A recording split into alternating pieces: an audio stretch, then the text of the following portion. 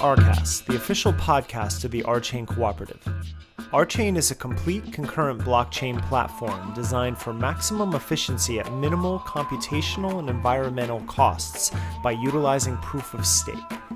I'm Derek Barris, the Director of Content for RChain.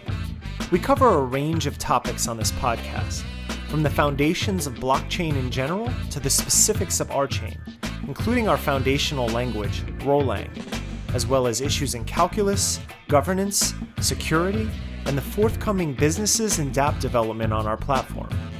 Please check out rchain.coop to learn more about our platform, as well as information on becoming a co-op member. Today, I wanted to take stock. Like we've talked a lot about, a lot of different things, and I wanted to go back over. I was looking over the drive where I keep the slides, and I wanted to go back over the results that we've been talking about since June. I'm not sure that everyone follows all the RCasts, sequentially, and so I wanted to kind of give a chance for people to catch up a little bit and just kind of take stock of what we've done. So does that sound good to you guys? Do you mind doing a little bit of a retrospective? For me, it would be worthwhile, but I want to check in with you guys. That sounds great, honestly. Cool. Yeah. In the last few months, we've had the discussion of the space calculus and its application to error correcting codes, and error correcting codes and their application to liveness. So essentially, we've got a notion of programmable liveness that we've encoded in a variant of the row calculus. And the variant of the row calculus itself is quite interesting because now the notion of name is coincident with the notion of a location in a term. Those are pretty profound results. Just the calculus itself, but then the fact that the calculus allows you to give a notion of programmable liveness, which we're putting into the RChain and testing with it these days. I feel like that's a really important sort of milestone, so to speak.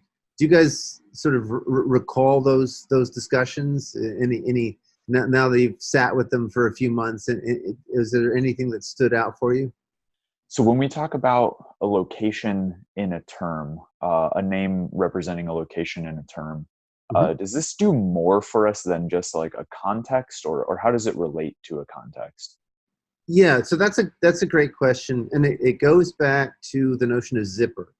30 or 40 years ago, people were interested in the question of applicative data structures. So by applicative data structures, what they were referring to was immutable data structures that you could encode directly in the lambda calculus without the issue of having to do so much copying. So the nice thing about mutability is that you can do direct in-place modification, which means that you don't have to reconstruct a lot of the data structure. Yeah, that makes sense. Yeah, so but in functional programming, if you have immutability, then to make a change, you have to copy a bunch of the data structure over and then insert the change and then continue with the rest of the copy. Right. And so what Uwe, the French computer scientist and mathematician, did was to realize that if he kept the context as a part of the data structure, so what he does is let's talk about a tree, right? So you split the tree into a tree with a hole in it and the subtree that you plug into the hole. And that's a notion of location. Right. So and a context by itself is not a location because you could plug multiple different subtrees into that hole. Right? And a subtree by itself is obviously not a location because we're trying to find locations in trees, right? But when you have the pair, you have a notion of a location. And Connor McBride showed that you could generalize this not just to trees, but to any differentiable data structure. He gave a definition of a differentiable data structure in terms of, a differentiable functor. Right? Yeah. So he identifies a class of differential functors, and then the differentiation is what gives you the context. So if you have some functor t, and you can take its derivative, delta t, and you pair that up with a t, right? So the t is the sub gadget, the sub t that's going to fit into the hole inside delta t. So that's the notion of location. And now you can apply, it turns out that you can differentiate the row calculus term construct. Mm-hmm. And this is again closely related to notions of equivalence in these kinds of calculi. So people use the notion of context to give a notion of equivalence, right? So two terms are equivalent when you substitute them in all contexts. They give you the same result. Right.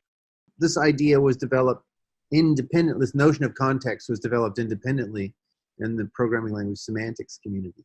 And here we're sort of taking advantage again of this sort of reflective idea of program as data, data as program. Mm-hmm. So we're making a version of the row calculus in which the calculus is the names of the calculus are locations.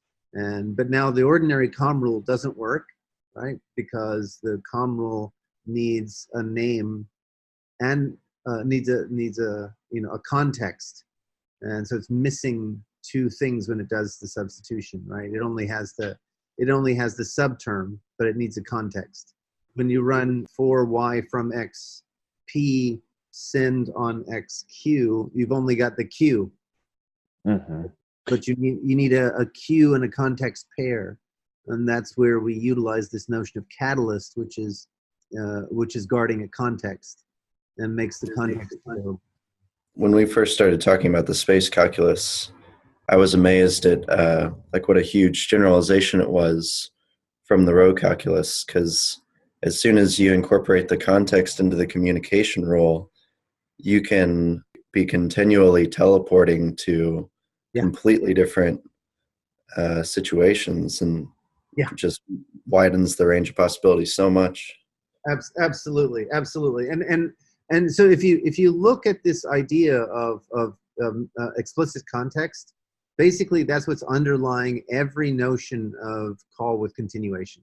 So all the delimited continuation work, call CC, all that stuff is about being able to, teleport, as you say, into other contexts. And it turns out that is closely related to transactional semantics. Basically, the context is the surrounding computation that you return into. So that tells you sort of what your transactional boundary is. From that perspective, there should be no surprise that, in fact, we get this notion of liveness coming out of programmable liveness, coming out of this sort of, as you say, context teleportation idea. That alone, I feel like, is like, we could take a whole generation of grad students and have them, elaborate and fill out those results. So I felt that was really important. And it's obviously important because, the co-op has been, testing Casper under some fairly severe conditions. And, we see that Casper suffers from liveness considerations that are not like what was pointed out by Kyle and company when they looked at Casanova. It actually, there are other issues that face Casper and other proof of stake protocols, for that matter. They're all going to be facing these kinds of liveness considerations, and so it's really important to have a framework in which to be able to reason about this stuff and quickly explore options. And that's exactly what we've done. It's not just that it's really interesting mathematics and really interesting computer science. It has practical application immediately. Did you say that earlier that the dev team has started using the space calculus a little bit? No, they're not using the space calculus. They're using the stuff from the programmable liveness. So you can boil it down to the justification structure. So it becomes constraints on the justification structure. So yeah. Okay. And in fact, just this morning, we recognize that you can use the same idea on the other side, right? So a few weeks ago, we talked about how liveness and fairness they're related, but they're not the same. And so we put in the basic fairness structure, but then we realized that we could elaborate that so that we utilize the justification structure to give us different priorities on blocks. again, just to make this clear, the synchrony constraints are on the production of blocks. So they're on the production side of the validator. And the fairness constraints are on the consumption side. So the validator is looking at different blocks from other validators. The fairness is all about making sure that they give equal opportunity to the different validators. Here, you can utilize the justification structure to also influence priority, right? So if on the consumption side, a validator is receiving blocks from another validator, and those blocks are primarily self-justified, right? So you have a block justified by another block that was from the same validator and no other justification in there, right? Then that can be deprioritized. So you can use the same tricks on both the consumption side and the production side, which is a lovely extension of the results. And again, wouldn't happen if we didn't have this framework. If this podcast is a review, would it be good to go back to how context structure gives you a notion of programmable liveness? In the presentation, what I showed was, if you look at error correcting codes, those can be viewed in two different ways, right? So one is how you modify the message that's sent versus programmatic behavior that corresponds to modifying that message, right? So if you look at the example of sort of an encoder-decoder pair, they can, like if they're sending a single bit, they can send 3 copies of the bit. And then the decoder, looks at the 3 copies and then does a translation from the different outcomes into an interpretation of the event that actually happened, right? So if you copy the bit 3 times and send that over, or send the bit 3 times, and so there's a little bit of a discussion right there, is that notion of the duality between those two. If you do that, then on the other side, 3 zeros is clearly a 0, 3 ones is clearly a 1, 2 zeros and a 1, you interpret that basically as the majority wins, right? So that is a 0. 2 ones and a 0, that's a 1, and we've covered all the cases. That's a notion of error correcting. You can turn that encoder-decoder pair into a context. So the context is essentially implementing the encoder-decoder pair. That's the idea. I mean, I can go into further detail, but people can go back to the slides and take a look at that. Yeah, which slides were those again? Programmable liveness. It's actually on the published podcast. Yeah. If you pick just a particular encoder-decoder pair, that corresponds to picking a particular context. So then you're kind of stuck with one error correcting strategy for the entire life of the protocol. But you can do better than that if you can change the context as you go along. And so that's where the programmable part of the liveness construction takes place. So the context is giving you the ability to code up your encoder-decoder pair, and the fact that you can change the context as the protocol evolves is the programmability of that encoder-decoder pair. Yeah. Cool. That's sort of the programmable liveness bit. The other thing that we did, which I thought was really fun, was look at the biologically inspired consensus, right? So, and then that went on to towards a living world, where what would it be like to have more lifelike computational agency? And beyond resource constraint, the ability to replicate. You connect the resource constraint to the continued existence of the validators, then that looks remarkably like Casper. It looks remarkably like the RChain architecture. And this is just following biological agency. But it gets better because you can, reflection gives you this genomic phylogeny, ontogeny distinction, right? So yeah. what we did there was to show that there's a lot of structure that we can exploit from the biological world directly in the row calculus setting or in this reflective setting.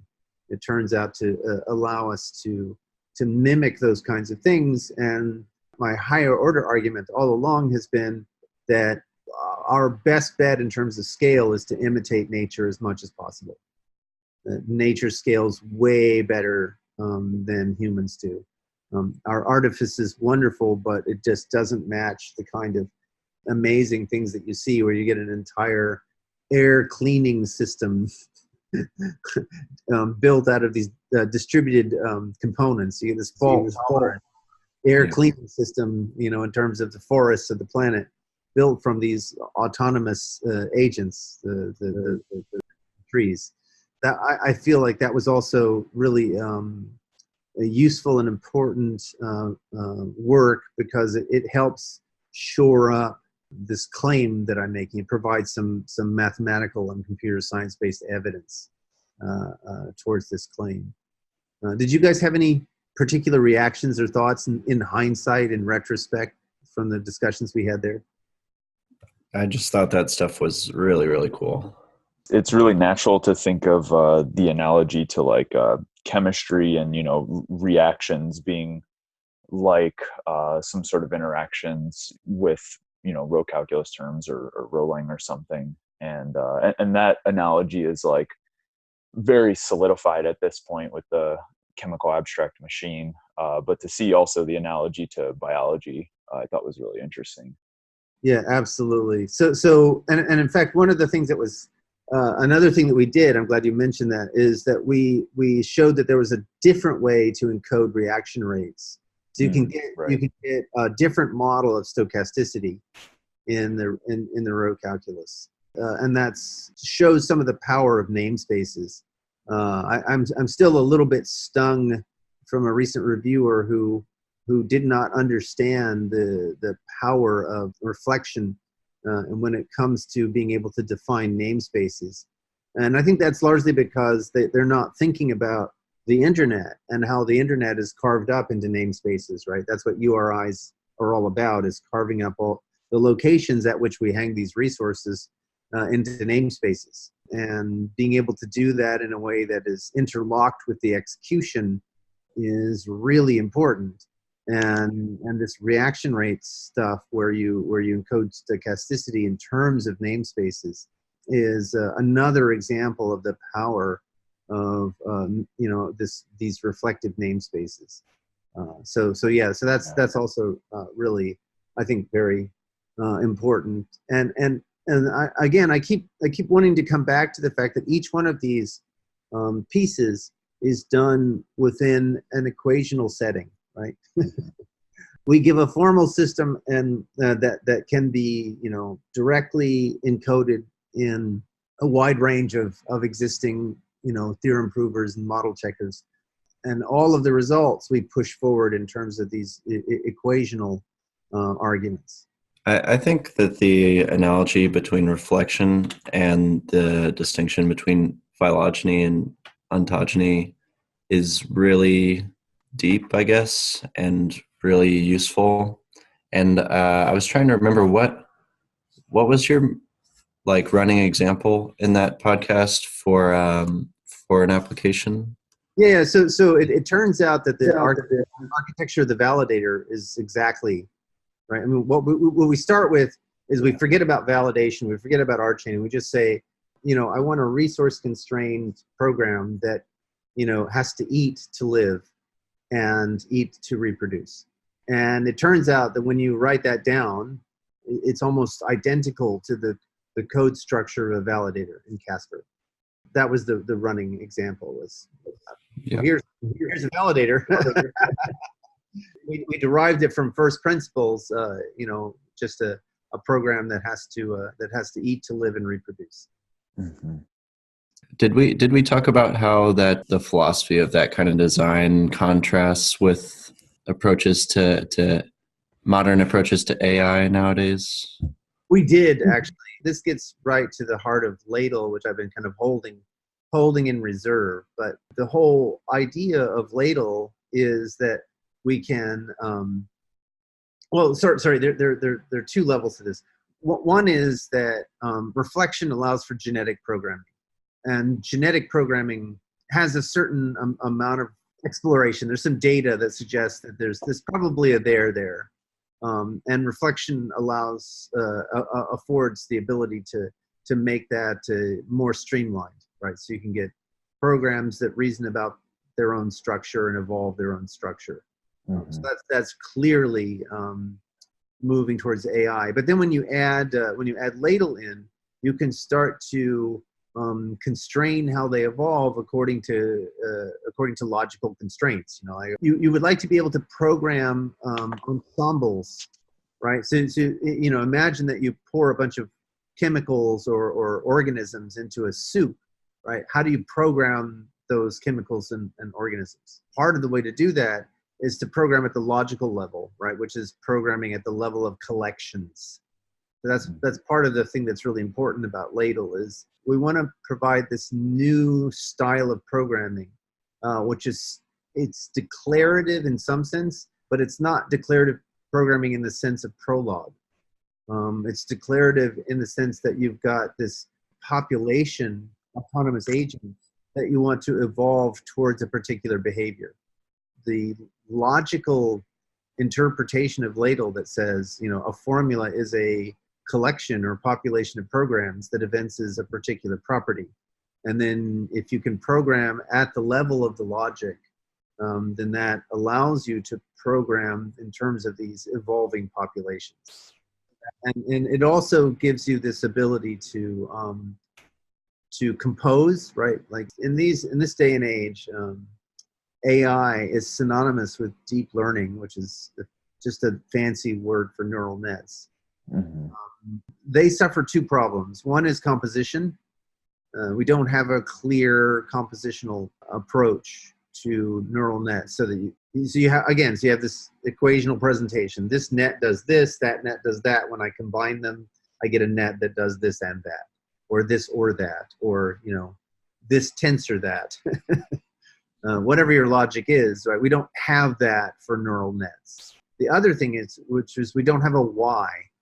It's very difficult to extract a Y from neural nets. Like we get a net that can recognize something or predict something, but we don't know why. Apart from the only why is, well, these neurons connected with these weights recognize the situation. But there's not a lot of why. Whereas with Ladle, you can go back and forth between the term and the type, and the type is telling you the why, and the term is telling you the how, which is very, very important. If you want to be able to have AI systems that can explain to you how they got what they got, which I think is really, really important. Yeah, it amazes me that more people aren't standing up and reaching that conclusion, saying, "Hey, this isn't right. This clearly is not long-term thinking." Yeah, I agree 100%. And the issue is just that you get a few results. Some of the language results or some of the image recognition results, and that's exciting. But it's not the solution. Yeah, that's interesting. It reminds me of so Simon Sinek has this notion of infinite game, and I mean this is a mathematical notion, but he kind of brings it more into like the business world. His theory is like people aren't really thinking of this infinite game. They're not really thinking of like doing things because it will benefit you in the long run and kind of seeing the whole picture. It's kind of just like making these finite moves or whatever in a finite game to like produce a result, but not really thinking about the long-term game, I guess. And that's probably partially the reason why people aren't thinking in that way, and they're just, doing what gets them results in the short term. Yeah, I think you're right. There's a game theoretic aspect to this for sure. On a different angle, I mean, one of the things that we talked about was just basic extensions of row line. The presentation that we went over, we added 3 language constructs to the language. We showed that in each case, you get a high degree of compression as a result of these language constructs. And then we gave the semantics of those language constructs in terms of the primitives, showing that we haven't changed the core semantics of the language. We've only essentially added some macros that give a high degree of compression. And then once you've convinced yourself that the semantics doesn't actually change, then you can use the information that these higher level constructs provide to optimize the execution. And again, all of this is done equationally. So it's correct by construction. Are you talking about the radical operator? No. I'm talking about, so this is the Rolang 1.1 presentation. So we added 3 extra decorations in the for comprehension. So you have an X question bang and an X bang question. Yeah. And you change the meaning of the semicolon and you introduce an ampersand to mean what the semicolon used to mean. So that's what happens in the for comprehension. And then in the sequential output, you now have 2 decorations. You can do bang whimper data semicolon p. So now you have sequential output, and that matches with one of the constructs in the modified for comprehension. And again, that gives you some fairly significant compression. And then what was the last one? The let binding. The let binding. Thank you. Yes. Yeah. These are intended to be Venus, implemented in Venus, right? That's correct. They're implemented. But the point is that RChain research looks out in front of RChain present. Yeah. Yeah, absolutely. We've now listed a bunch of results, and they're all about this gamut from the practical, like how do we modify the programming language, to the aspirational, which is if we wanted a more biological programmatic agency, what does it look like, and that kind of thing. And then as you said, Christian, one of the things that was also really useful was the radical operator, because that provides a sort of inspirational example of how to do an equational presentation of a leaderless distributed consensus protocol. Notice that we didn't say anything about economically secured, but when we look at the reflective proof theory, that adds in the economically secured bit, right? Because it's the resource R that we're using as the catalyst to enable these things that is the economically secured part of this. So we're steadily inching towards a meeting of the 2 approaches, right? So we have this notion of this equationally presented, fault tolerance, right? This square root, and then we also have a similar kind of presentation of a proof theory that has the resource constraint in it. And the nice thing is that also then connects with what we were saying about programming, this new kind of logic programming where it's declarative, but you're doing this for entire populations. So the proof theory is another step in that direction. I hadn't thought about how those 2 would interact. Would there be some way of splitting up a resource among the roots? Yes. So that was part of the motivation for talking about this red-black calculus, where you have the resource for the red calculus is a program in the black calculus, and the resource for the black calculus is the program in the red calculus. So you can have n different colors and have it.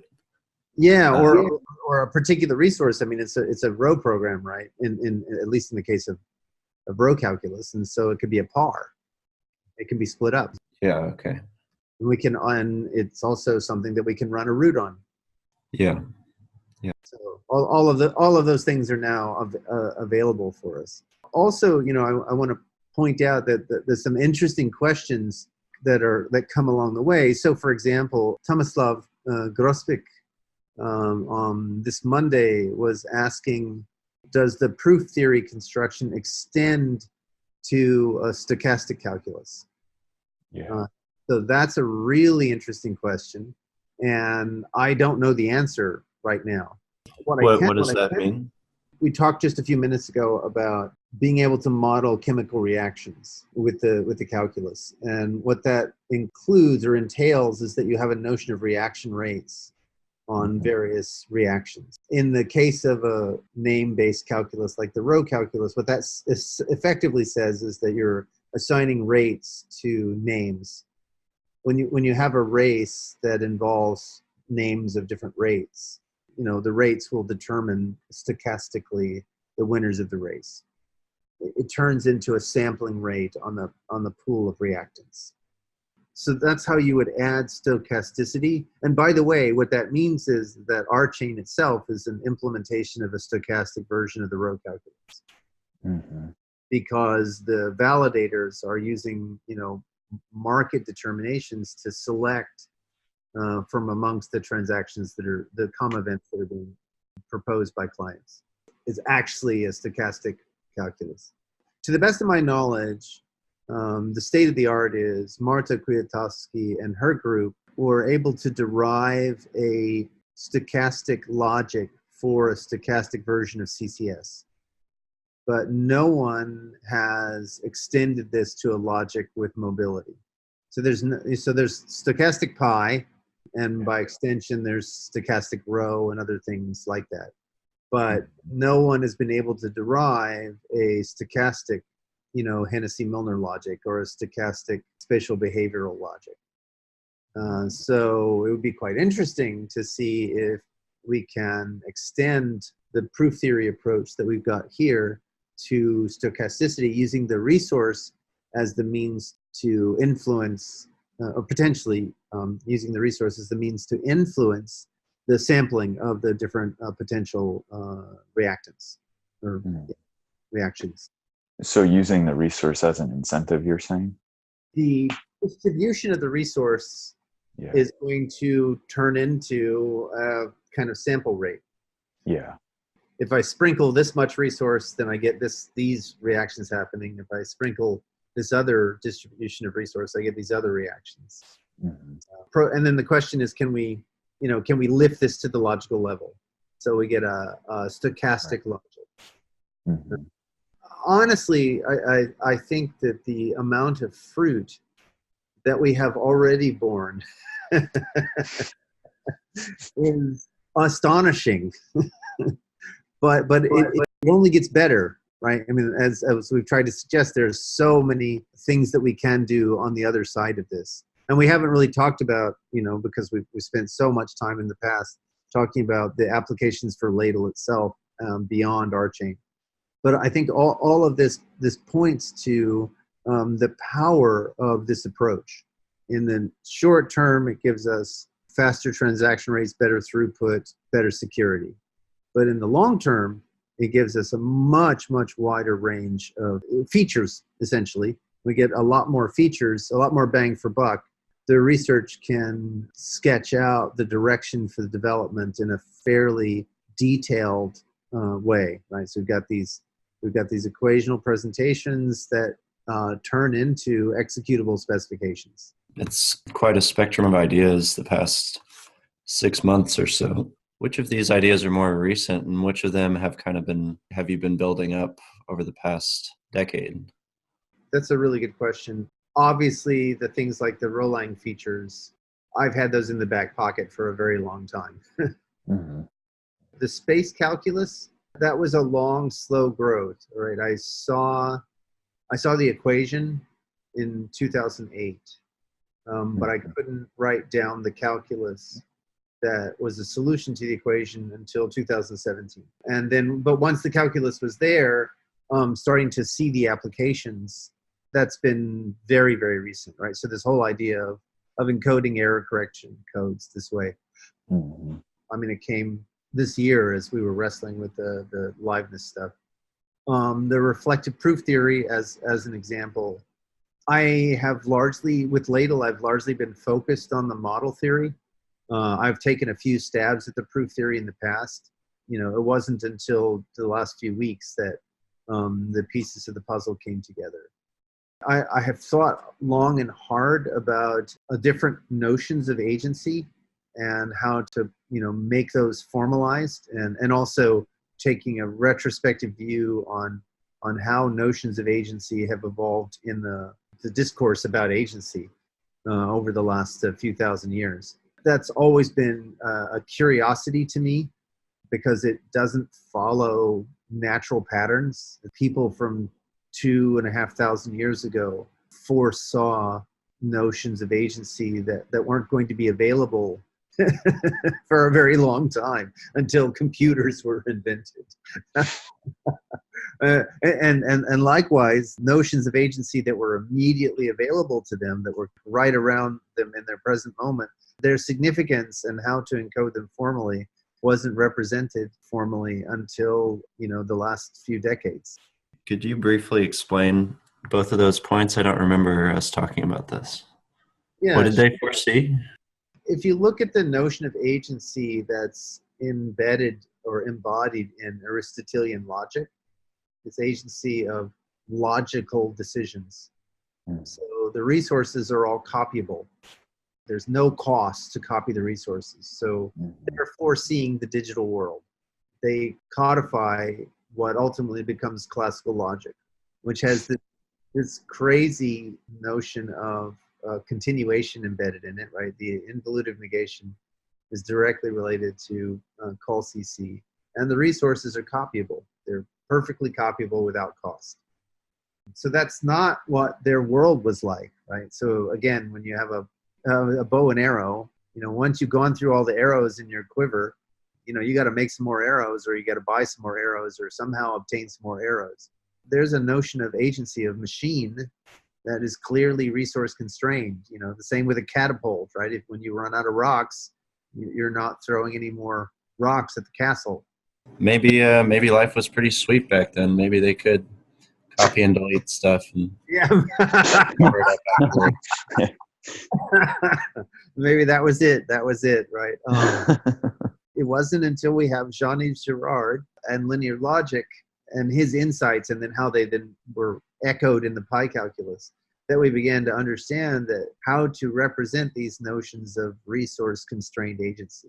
And this impacts logic, right? And it impacts the notion of proof and everything, right? So, it's not until the early 90s that Abramsky pushes forward this idea of proof as process. Mm-hmm. That's a lot of time, a lot of intervening time. And so the notion of agency is all wonky and backwards if you look at it historically. There's still quite a ways to go in terms of getting, a formal notion of agency that includes biology and biological imperatives. And that was sort of part of the reason I was trying to talk about biologically inspired consensus, and showing that the validator structure actually matches structures that are homologous to biological imperatives, biological organizations that match certain imperatives. That's still very nascent. My point is that if we take the notion of agency seriously, if we look at it and we say, this is worth codifying, then the different qualities or aspects of agency, means to have agency, they're very practical. It tells us how to organize our computations, with an eye towards particular things, like biological scale, as an example. Another example of that, moving upward, is economic agency. Right? As I've tried to argue multiple times, there is no real analog of currency in the biological world. You just don't see it. And I don't think anyone wants to argue that it's not an effective coordination mechanism. It's been one of the most effective coordination mechanisms for Homo sapiens ever, right? That's why it's so entrenched. It's like a shelling point or something. It's an attractor. It's very, very hard for us to get out of that way of thinking. And so it would be much better, I think, to formalize it and say, well, this is the kind of agency that we're talking about. And I don't believe that economists have done that. Certainly not with the kind of desiderata that we're asking for. An equational presentation, a notion of equivalence, like by simulation, a notion of type. All of those things should now be the gold standard for any of these disciplines. So that linking these different ideas together, I think, is is really important. Stitching them together, what we ought to demand of our formalisms as we kind of do more implementation, I think is it's the future, how we should go forward, right? We want machine checkable theories. Yeah, absolutely. So we were talking about Aristotelian logic not being resource constrained, and then maybe 2,000 years later, Girard and Abramsky are, positing these resource constrained logics with their linear logic. And now, however many years later, maybe it's 30 years later or so, now you're trying to kind of bump it up 2 levels of realism in a sense, from moving from no resource constraints to resource constraints to talking about agency of like individual biological entities to talking about economic agency.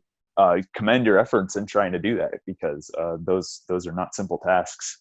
No, they're not. No, it's ridiculously ambitious. It's more about holding our feet to the fire. These desiderata, which we've known about for a very long time, get lost in the mix, right? Like suddenly we have this great success in machine learning, and everyone forgets all of the desiderata. It's like, okay, let's all go do this, right?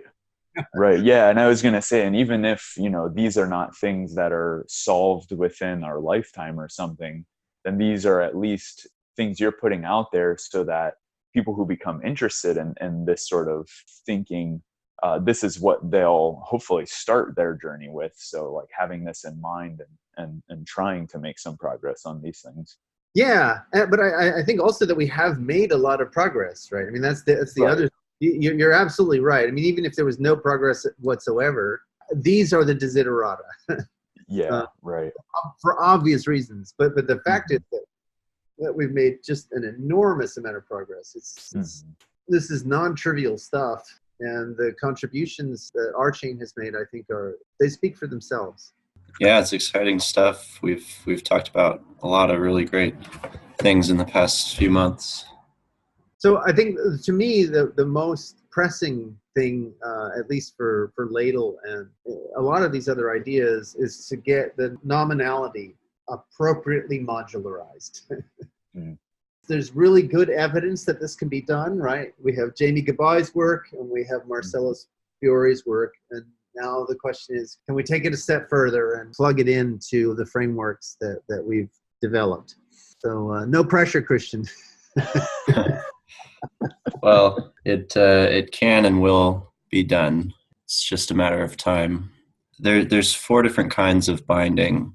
There's term and term binding, like a lambda abstraction, and then there's term and type binding, which is like dependent types. Yeah. And then there's type and term and type and type. Marcelo has done all of them separately, but now it's a matter of how to get them to all fit together in the same framework, and that's active work right now.